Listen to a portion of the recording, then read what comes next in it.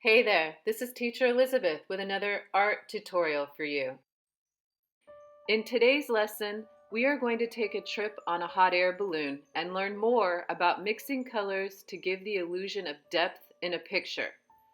The art materials you will need are pictured here: colored pencils, a ruler, pencil, and paper.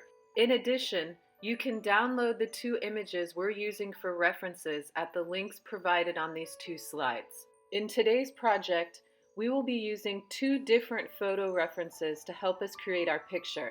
However, we will not be copying them exactly, we'll just be inspired by them for ideas. Alright, let's get started.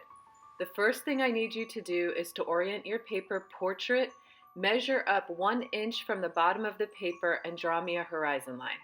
We will be using this tree sunset picture for our background sky, as well as the background hills and the ground.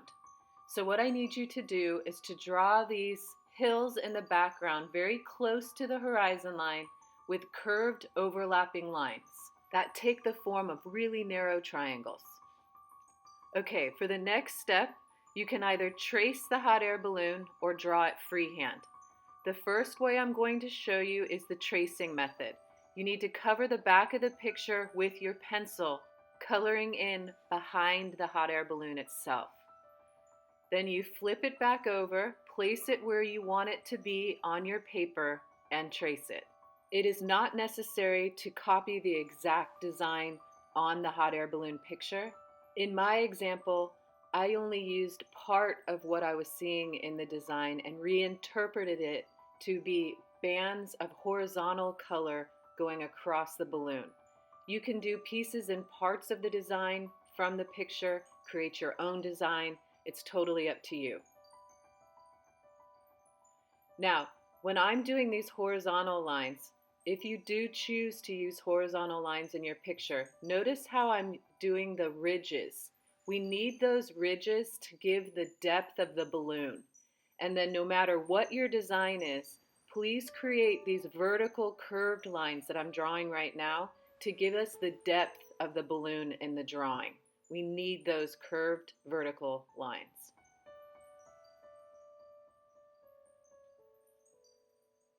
Now you just go in and do a little correcting where you need to.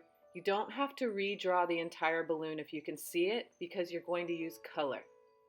Now, if you want to freehand the balloon, I need you to draw me a round trapezoid with an oval at the bottom, and then 3 diagonal lines that come off that oval and meet an upside down L shape. Then from that L shape, you're going to draw 3 more diagonal lines that will meet to a cube. Make sure we see the underneath of the cube because we're viewing it from below. Next, draw a center line that reaches up to as high as you want the hot air balloon to be, and then begin the curve. Now the curve will take a few passes. Just don't press down too hard, and make sure to look at the photo to see the basic shape of the hot air balloon. Don't guess at it, just look at the reference.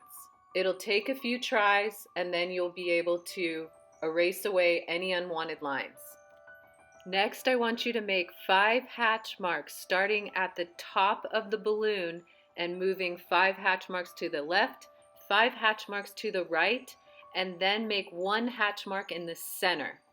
From those hatch marks, you are going to draw those curved vertical lines that you see, the creases in the balloon. You'll start at the top, curve around the balloon, and narrow as it comes down to the bottom of the balloon.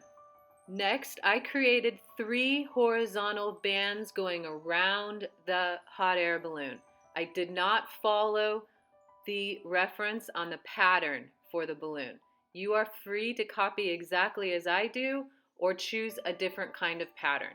I chose to create 3 bands, 1 at the bottom, 1 in the middle, and 1 at the top. Alright, now it's time for the color. We're going to use this reference for the sky, mountains, and ground. So to start, I want you to use a light blue for the upper part of the sky. You'll press down harder on it towards the top of the page and you'll let up on the pressure on the pencil as you move down the page towards the center of the page. We want a gradation of blue, darker to lighter. So again, don't push down as hard in the areas that you want it to be light so the white of the paper shows through. And then up towards the top, the blue will be a little richer, so you're going to push down a little harder on the pencil. Next, I want you to go for your red pencil and make a thin veil of the red in the lower part of the sky.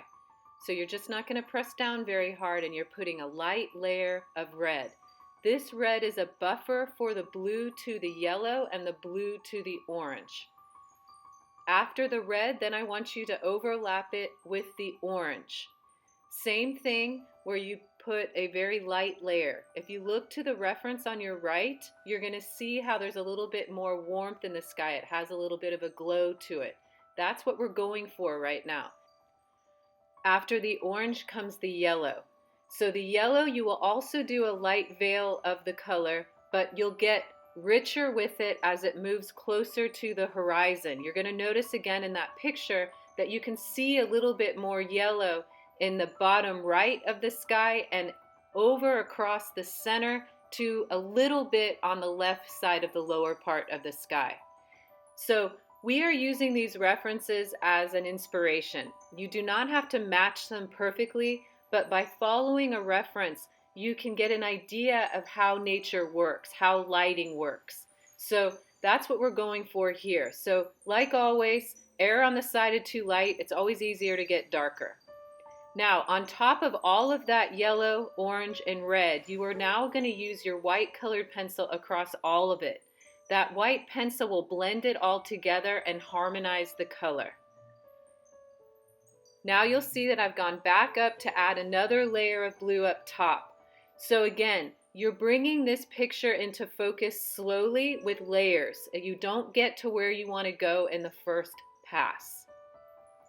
Now, moving down to the mountains in the background, you're going to go ahead and use that same light blue on all of those little hills. Then you're going to take a light green and go over the hills on the left, and then the hills on the right, the center one, you're going to make mostly that sky blue with a tiny bit of that green, and then the hill on the far right is going to get the blue and the green.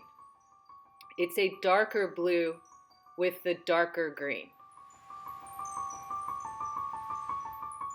And then go ahead and use that dark green at the base of the hills on the ground, as well as into the hill on the left. All right, now for the ground, I want you to use the light green in the far back underneath the hills, then move to yellow in the middle ground, overlapping slightly that green.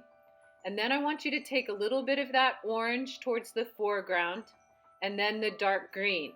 So we're creating a transition from the background to the foreground with the color to help us give that illusion of depth. If we use only one color for the entire ground, it's going to look flat.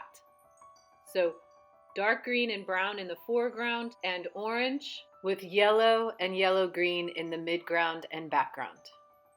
Next, you're going to go back into the sky and enhance the yellow and the orange to make it a little bit richer and hotter. And then go ahead and add a little bit more red over the top. Remember, you can use the white to help colors start to blend and transition into each other.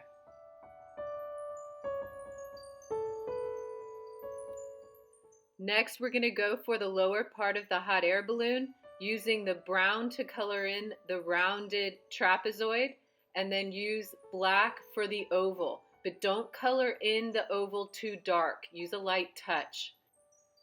And then next, go ahead and redraw the basket using the black. You could also use brown if you'd like to.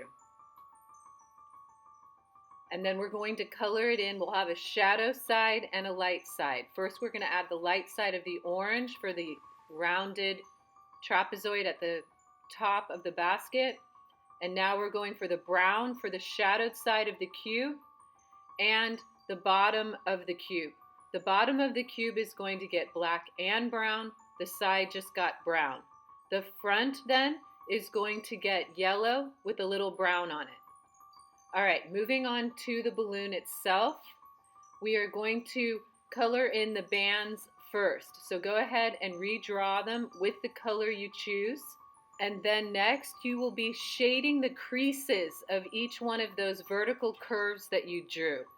By shading next to each one of those creases, you will give the illusion of depth because they recess in at the crease and then are blown out at the top of the curve of each one of those segments.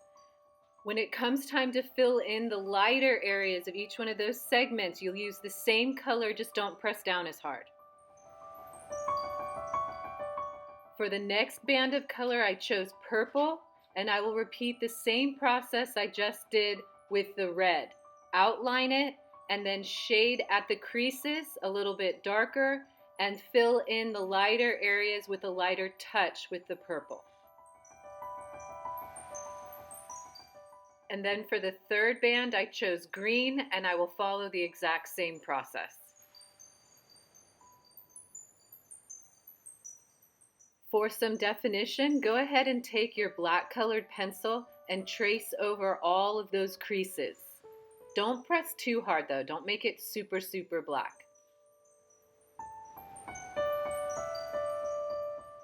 Next, I continue to use the black at the very lower part of the hot air balloon. It's shadowed down there, so I just went ahead and made it a black to a gray. I'm also using the black to darken some of the colors, so the green, the purple, and the red, just to give it a little bit more of a shadow. When we look at the picture of the hot air balloon, you can see that there is a shadow side on the left. I also need to make it a little bit darker down at the bottom of the balloon where it meets the rounded trapezoid. The rest of the balloon I'm going to leave white, but because white reflects the colors around it, I'm going to be using the exact same colors in the sky for the white in the balloon. So the blue will definitely be the shadowed side, and it will also work in all of the creases. So use the blue for the dark value of the white. Then you're going to use the yellow and the orange as reflected light skimming atop the lighter areas of the balloon, where the light is hitting the most. You will also be finding some of that orange and yellow and red throughout the whole balloon because you gotta figure those sky colors will be reflecting off it from all angles.